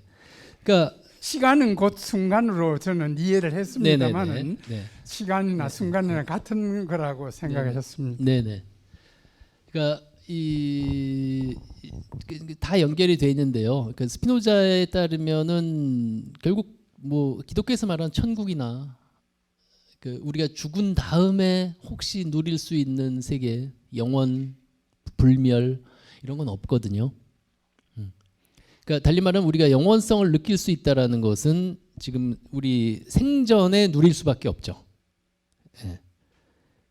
그러니까 그걸 이제 제가 시간 속에서 우리가 영원을 체험한다라고 이야기를 하는 것이고, 근데 여기서 말하는 영원을 체험한다는 건 뭐냐면은 그 영원이라는 건 변하지 않는, 그러니까 절대로 변질될 수 없는 어떤 것이거든요. 시간의 지속이 영원이 아니라. 예. 그래서 변질되지 않는다는 거는 스피노자가 말한, 제가 계속 강의 후반에 중후반부터 길게 말씀드렸던 이해하는 방식이죠. 예. 그러니까 스피노자에 따르면 우리가 어떤 것을 정확히 명확히 한다는 것은, 예, 그 이해력이 영원한 거예요. 그건 그 어떤 상태에서도 그 변질되지 않는 무엇인가가 우리에게 있는 것이죠. 예. 그렇기 때문에 내가 사물을 온전하게 이해할 때, 정말 근데 온전하게 이해하는 겁니다. 그럴 때 나는 내가 영원하다는 것을 체험할 수가 있죠. 내 정신이 영원하다라는 것을 체험할 수가 있습니다. 그런데 그 영원의 체험이라는 것은 내가 죽고 나서 뭐 신과 함께 체험하고 이런 차원의 것이 아니라 모든 것은 살아 있을 때 다 해결돼야 돼요. 그래서 스피노자에 따르면은 사람들의 차이라는 것은 뭐냐면은 죽을 때까지 내가 얼마나 더 영원함을 누리다가 죽느냐, 아니면 내가 영원한지도 모른 채 살다가 죽느냐, 아니면 요만큼 그 영원을 누리는 그 수준들이 조금씩 다를 수 있겠죠. 네, 그런 점에서 그 영원을 스피노자, 우리는 영원을 체험할 수 있고 경험할 수 있다라고 이야기를 하죠. 근데 이 말이 20세기에 와서 실존 철학에서는 이 영혼이 순간을 통해서, 즉 실존으로 변신하는, 실존으로 수용하는 그런 그 결과를 얘기하고 있습니다. 그러니까 스피노자는 단순히 아까 소박하게 범심론 이런 의미보다는 실존적인 의미에서 새롭게 해석될 수 있지 않냐, 이런 생각은 어떠신지요? 뭐 전 충분히 가능하다고 봅니다. 예. 그 아직도 뭐 그 논쟁 많이 하고 있고요. 그 점에 대해서 스피노자가 본질론일까 아니면 실존의 철학일까 라고 얘기하고 있는데요. 근데 뭐 실존적인 측면이 충분히 그 있다라고 봅니다. 그런데 이제 스피노자가 이제 좀 양면적인 게 있는데요. 그러니까 이 우리의 인간의 삶과 인간의 삶을 되게 현실적으로, 어쩌면 되게 비관적으로 보는 측면이 있고요. 인간이 그렇게, 그러니까 욕망하는 존재이기 때문에 이렇게 끊임없이 자기 자신을 좀 제대로 보지 못하는 성향이 있다라는 것은 이제 스피노자가 항상 인정을 합니다. 그래서 저 타인에게 해두가하고 이제 그래서 인간을 그 감정적으로 치유가 잘 안 되는 사람들을 통제하기 위해서 이제 스피노자의 정치 철학과 종교가 개입이 되는 거예요. 성서 해석이. 그런데 스피노자가 그래도 끊임없이 고수하고 있는 아주 낙관적인 측면이 있는데 그게 우리 인간의 이해력이거든요. 예. 그게 없으면 스피노자 철학은 전체적으로 무너집니다. 예.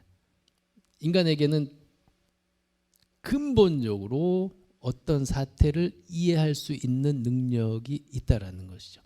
근데 물론 그게 이해하는 능력이 있다라는 것은 결국 자연주의 하에서 가능한 거죠. 예.